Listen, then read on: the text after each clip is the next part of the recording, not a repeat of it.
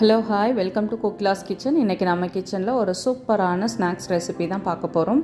Potato with paneer fry. குட்டீஸுங்களுக்குலாம் ரொம்ப பிடிக்கும். வாங்க எப்படி செய்கிறதுன்னு பார்க்கலாம். இப்போது நான் வந்துட்டு ஒரு அகலமான பிளேட் எடுத்து வச்சுட்டு அதில் வந்துட்டு ஒரு ஸ்பூன் அளவு இஞ்சி பூண்டு பேஸ்ட்டு சேர்த்துருக்கேன், கொஞ்சம் உப்பு சேர்த்துருக்கேன், 1 டேபிள் ஸ்பூன் அளவு தயிர், இது கூட கொஞ்சமாக தனி மிளகாத்தூள். ஃபஸ்ட்டு இதெல்லாம் சேர்த்து நல்லா மசாலாவை நல்லா மிக்ஸ் பண்ணிக்கலாம். மிக்ஸ் பண்ணிவிட்டு கொஞ்சம் திக்காக கட் பண்ணி வச்சுருக்க பன்னீர் எடுத்து இதோட மிக்ஸ் பண்ண போகிறோம். மிக்ஸ் பண்ணி ஒரு 10 நிமிஷம் நல்லா ஊற வச்சிடலாம். ஊற வச்சுட்டு இதை நம்ம தவாவில் போட்டு ஃப்ரை பண்ணி எடுத்துக்கலாம். கொஞ்சமான எண்ணெயில் தான் தவாவில் ஃப்ரை பண்ண போகிறோம். ஆனால் பொரிக்கும் பொழுது கொஞ்சம் ஜாஸ்தி எண்ணெய் தான் தேவைப்படும். இப்போ இதை நல்லாவே மிக்ஸ் பண்ணி வச்சுக்கலாம். அப்போ தான் அந்த மசாலா எல்லாம் உள்ளுக்குள்ளே ஏறும். ஒரு 10லேருந்து 15 நிமிஷம் நம்ம அந்த மசாலா அப்ளை பண்ணி வச்சுருந்தோம்னா அது நல்லாவே ஊறி போயிருக்கும். இப்போ ரெடி பண்ணியாச்சு.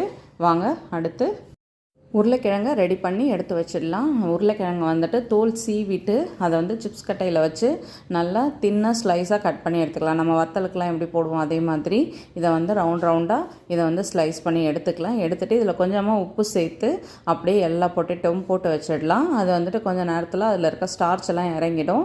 அதுக்கப்புறம் நம்ம ஒரு பேட்டர் தான் ரெடி பண்ணணும். இப்போ இந்த உருளைக்கிழங்கு வேலை முடிஞ்சிடுச்சு. அதே மாதிரி பன்னீரும் ரெடி பண்ணி வச்சிட்டோம். அடுத்து உருளைக்கிழங்கும் முடிஞ்சிடுச்சு. இப்போ அடுத்து என்ன பண்ணலான்னா நம்ம தோசைக்கல்லில் பன்னீரை ஃப்ரை பண்ண தான் போகிறோம். இதை எடுத்து வச்சிடலாம். இப்போ அடுப்பில் தோசைக்கல் வச்சாச்சு. ஒரு ஸ்பூன் அளவு எண்ணெய் சேர்த்துக்கோங்க. எண்ணெய் சேர்த்துட்டு மசாலாவில் ஊறிட்டுருக்கிற இந்த பன்னீரை எடுத்துகிட்டு ஒன்றா வச்சு அதை அழகாக ஃப்ரை பண்ணி எடுத்துடலாம். இது ஒரு 3-4 மினிட்ஸில் ரெடி ஆகிடும். ஸோ ரொம்ப சிம்பிள் ஒர்க்கு தான் இது. இப்போ இதே மாதிரி எல்லாத்தையும் எடுத்து நம்ம ஃப்ரை பண்ணிடலாம். இப்போ பாருங்கள், எல்லா சைடும் திருப்பி விட்டு நம்ம இதை ரோஸ்ட் பண்ணி எடுத்துட்டோம். அதுக்கு நீங்கள் மொத்தமாகவே வச்சுட்டு அதை நம்ம ஃப்ரை பண்ணி எடுத்துகிட்டு கட் பண்ணிக்க கூடாதான்னு நீங்கள் கேட்கலாம். ஆனால் இந்த அளவுக்கு மசாலா ஏறுற மாதிரி அதில் ஏறாது. அதுக்காக தான் இப்படி செய்கிறது. இப்போது இதில் 2 டேபிள் ஸ்பூன் அளவு மைதா சேர்த்துருக்கேன். கொஞ்சம் கார்ன்ஃப்ளவர் இது கூட ஆட் பண்ணிக்கலாம். 1 ஸ்பூன் அளவு கார்ன்ஃப்ளவர் சேர்த்துட்டு இப்போ இது கூட கொஞ்சமாக நம்ம தனி மிளகாத்தூள் அப்புறம் உப்பு இது ரெண்டுத்தையும் சேர்த்து ஃபஸ்ட்டு நல்லா மிக்ஸ் பண்ணிக்கலாம். மிக்ஸ் பண்ணிவிட்டு நம்ம அந்த பிளேட்டில் இருக்கும் இல்லையா மசாலா, நம்ம பன்னீரெல்லாம் போட்டுட்டு பிளேட்டில் இருக்கிற மசாலாவை தான் இதில் அப்படியே எடுத்து சேர்த்துக்கிட்டேன். நான் நல்லா டேஸ்ட்டாக இருந்துச்சு. இஞ்சி பூண்டு பேஸ்ட்டு, உப்பு, அந்த மிளகாத்தூள்லாம் போட்டு நம்ம பிசைஞ்சது தானே, அதை தான் இப்போ கொஞ்சமாக எடுத்து இது கூடவே ஆட் பண்ணிட்டேன். ஏன் அதை வேஸ்ட்டாக போவானேன்ட்டு. ஆனால் டேஸ்ட்டு சூப்பராக இருந்துச்சு.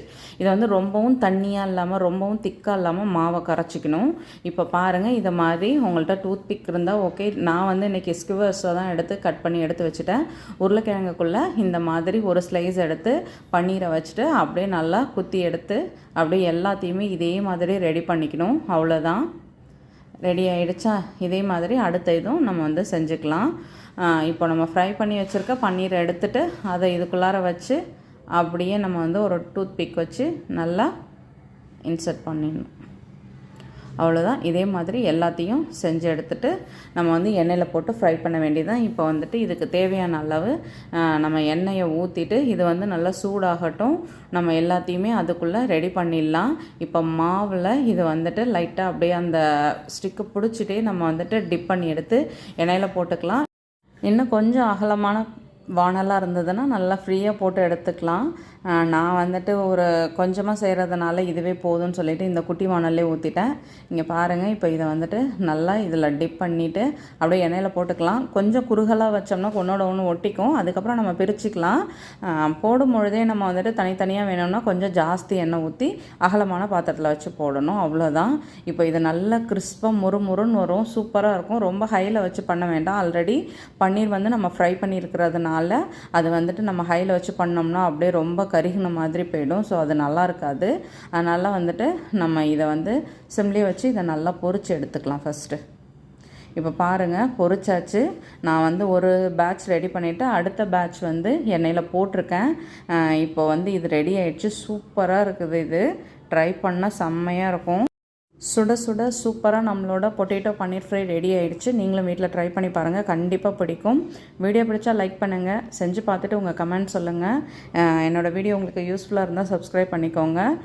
ஃப்ரெண்ட்ஸ் அண்ட் ஃபேமிலிக்கும் ஷேர் பண்ணுங்கள். தேங்க்யூ.